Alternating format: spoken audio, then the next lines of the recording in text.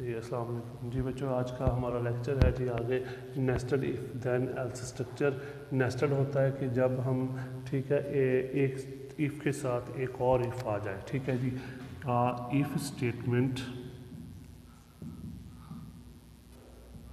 Within if statement. ठीक है, यानी एक इफ़ हमारे पास है उसके साथ एक और इफ़ आ जाए तो हम उसको क्या कहते हैं, नेस्टेड इफ़। ठीक है, मसलन देखिए ज़रा, हमारे पास है इफ़ कंडीशन, ठीक है, तो देन ठीक है आगे आता है हमारे पास स्टेटमेंट आती है। ठीक है, लेकिन यहाँ पे हमारे पास ठीक है क्या आएगा कि दोबारा हमने इसको क्या कर लेना है, स्टार्ट। ठीक है, इफ़ कंडीशन, ठीक है जी, देन और आगे स्टेटमेंट आएगी, आगे हमारे पास एल्स आएगा, फिर स्टेटमेंट आ जाती है और लास्ट पे ये वाला जो हिस्सा है इसका रह गया एल्स स्टेटमेंट। ठीक है, ये अब देखें, ये इतना हिस्सा हो गया, ये इतना हिस्सा हो गया। ठीक है, तो ये वाला जो आपने ये ठीक है अंदर वाला हिस्सा होगा, ठीक है, इसको आपने ठीक है जी कहना है इनर इफ़,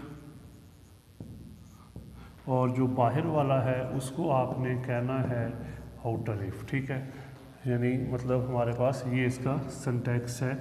ठीक है, इसी तरह यानी हम इसको नेस्टिंग को और ज़्यादा इंक्रीज़ कर सकते हैं। मसलन आपने ये देखिए, हमने यहाँ पे एक हिस्सा बनाया पहला, फिर अब यहाँ पे एक और लगा सकते हैं, लेकिन जितनी ज़्यादा नेस्टिंग करे जाएंगे वो कम्प्लेक्स होता जाएगा और उसको ऑपरेट करना आपके लिए मुश्किल होता जाएगा। ठीक है, यानी मतलब नेस्टिंग जो है इंक्रीज़ कर सकते हैं लेकिन वो कम्प्लेक्स हो जाएगा और उसको समझना आपके लिए क्या हो जाएगा, मुश्किल हो जाएगा। इस वजह से ज़्यादा जो नेस्टिंग है उससे आपने देखना है। ठीक है, बहरहाल अब इसका सिंटैक्स देखें ज़रा। हमने एक हिस्सा बनाया इफ़ कंडीशन, देन हमने कहा एक इफ़ के साथ एक और इफ़ आ जाए हम उसको कहते हैं नेस्टेड इफ़। ठीक है, स्टेटमेंट एल्स स्टेटमेंट, फिर दोबारा एल्स आता है, फिर स्टेटमेंट आता है। ठीक है, तो यहाँ पे इसको अब एंड इफ़। ठीक है, अब इसका अगर आप ठीक है फ्लो चार्ट बनाएंगे, ठीक है, मतलब इसको समझने के लिए ज़रा देखें, हमारे पास सबसे पहले हमने क्या करना है, कंडीशन देखनी है। ठीक है, उसके बाद ठीक है तो एक हमारे पास सबसे पहले आउटर कंडीशन देखी जाएगी कि क्या वो सही है। ठीक है, अगर वो सही है तो फिर आप किसमें दाखिल हो जाएंगे, इनर इफ़ में दाखिल हो जाएंगे। ठीक है, तो मसलन इसी के साथ देखिए ज़रा। ठीक है जी, यहाँ पे दोबारा फिर हम क्या करेंगे, कंडीशन चेक करेंगे। ठीक है, तो कंडीशन, ठीक है जी, तो पहली कंडीशन अगर ट्रू होती है तो आप दूसरी कंडीशन में दाखिल होंगे, अदरवाइज़ आप दूसरी में दाखिल नहीं हो सकते। ठीक है जी, तो यहाँ पे स्टेटमेंट आ जाएगी एक, इसी तरह एक यहाँ आ जाएगी। ठीक है जी, ये चीज़, तो अब ये वाला जो हिस्सा होगा पहला, ठीक है जी, कंडीशन स्टेटमेंट, ठीक है, ट्रू और फॉल्स होने की सूरत में। ठीक है, तो अब यहाँ से ठीक है देखिए ज़रा, ये फॉल्स है और ये क्या होगा, ट्रू। ट्रू होने की सूरत में ठीक है फॉल्स। ठीक है, और उसके बाद हमारे पास ठीक है जी नेक्स्ट दोबारा वापस ठीक है हम आगे चलेंगे। ठीक है, पहली कंडीशन पे, तो यहाँ पे आपको ठीक है जी एक और स्टेटमेंट मिलेगी। ठीक है,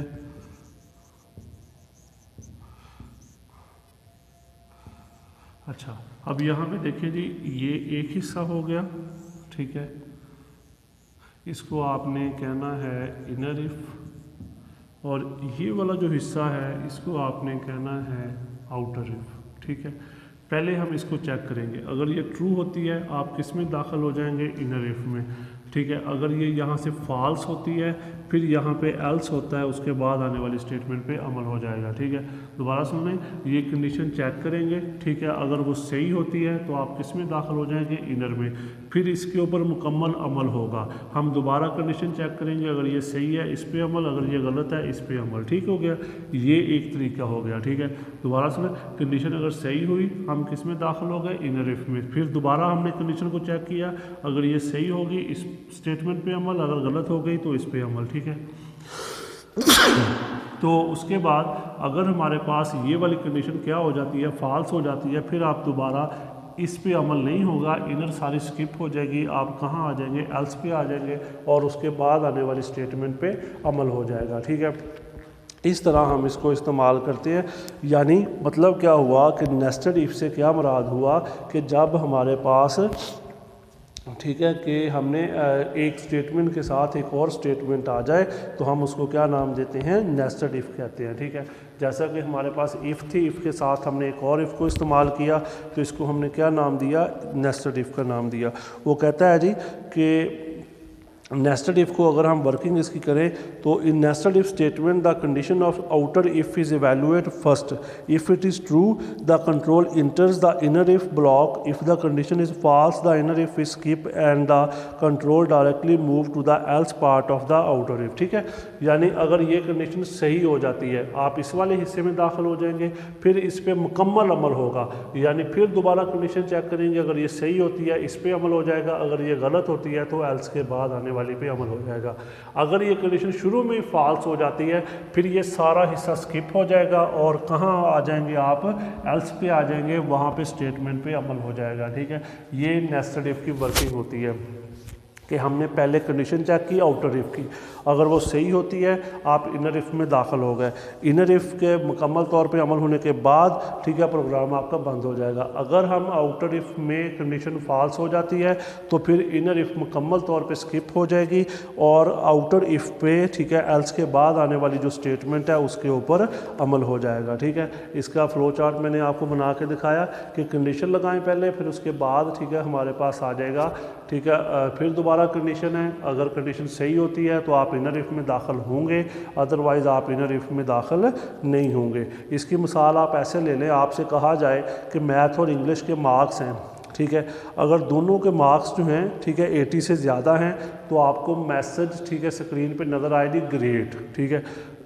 लेकिन समटाइम ऐसे होता है कि उसके इंग्लिश में, मैथ में तो 80 से ज़्यादा हैं लेकिन इंग्लिश में उसे 80 से ज़्यादा नहीं है तो फिर उसको गुड मिलना है। ठीक है, और ऐसी सिचुएशन भी होती है कि अगर उसके दोनों में मार्क्स नहीं हैं 80 से ज़्यादा तो फिर आपने उसको क्या लिखना है, बैड लिखना है। ठीक है, मसलन हमारे पास देखें ज़रा, इंग्लिश एक चॉइस है, ठीक है, दूसरी है जी मैथ। ठीक है, वो कहता है इसके ग्रेटर दैन 80, इसके भी ग्रेटर दैन 80, तो आपने उसको क्या देना है, ग्रेट। ठीक है, अगर उसके मैथ में तो 80 हैं, ठीक है, लेकिन इंग्लिश में उसके 80 नहीं है, ठीक है, तो फिर आपने उसको क्या करना है, ठीक है, गुड करना है। ठीक है, और अगर हमारे पास मैथ, ठीक है, में भी 80 से कम है और इंग्लिश में भी 80 से कम है तो फिर आपने उसको क्या करना है जी, बैड देना। ठीक है, अब यहाँ पे देखें, हम चॉइस रखेंगे, मसलन देखें यहाँ पे, if marks greater than equal to 80 then, फिर दोबारा मतलब मैथ के मार्क्स यहाँ पे चेक हो जाएंगे, इंग्लिश के मार्क्स यहाँ पे, अगर दोनों में उसके 80 हुए तो यहाँ पे लिखा जाएगा ग्रेट। ठीक है, अब इसमें 80 से ज़्यादा हैं, ठीक है, लेकिन इसमें नहीं है तो यहाँ पे लिखा जाएगा गुड। ठीक है, यानी इस पे अमल नहीं हुआ, इस पे अमल हो गया। फॉर एग्जांपल आप शुरू में उसके मैथ में ही 80 से ज़्यादा नहीं है, ये सारा हिस्सा स्किप हो के यहाँ पे लिखा होगा बैड, इस पे अमल हो जाएगा। ठीक है, यानी इस तरह बनेगा कि if marks greater than equal to, ठीक है, 80 देन, ठीक है, तो दोबारा फिर, ठीक है, इफ़ सॉरी मार्क्स नहीं, math, if English greater than equal to 80 then great, ठीक है, एल्स गुड। ठीक है, अब उसके बाद, ठीक है, दोबारा यहाँ पे एल्स आएगा और यहाँ पे लिखा जाएगा बैड। ठीक है, अब यहाँ पे देखो, अगर उसके 80 से ज़्यादा मार्क्स हुए तो फिर दोबारा देखे जाएंगे इंग्लिश में भी 80 से ज़्यादा हैं तो ग्रेड पे अमल हो जाएगा। अगर उसके मैथ में 80 से ज़्यादा हुए लेकिन इंग्लिश में ना हुए तो गुड पे अमल हो जाएगा। अगर उसके शुरू में ही ये वाली कंडीशन फॉल्स हो गई, 80 में ज़्यादा नहीं है, फिर बैड पे अमल हो जाएगा। जाएगा। ठीक है जी, इस तरह हम इस्तेमाल करते हैं नेस्टेड इफ़ को। ठीक है, यानी नेस्टेड इफ़ जो है एक ऐसा स्ट्रक्चर जिसमें एक इफ़ के साथ और इफ़ आ जाए, हम उसको क्या नाम देते हैं जी, नेस्टेड इफ़। ठीक है, स्ट्रक्चर कहते हैं। तो इसमें ये मैंने सिंटैक्स बताया, ये फ्लो चार्ट, और साथ में मैंने आपको मिसाल से समझा दिया है। ठीक है, किसी चीज़ की ना समय लगे तो आप मुझसे पूछ सकते हैं। अपना ख्याल रखिएगा। अल्लाह हाफ़िज़।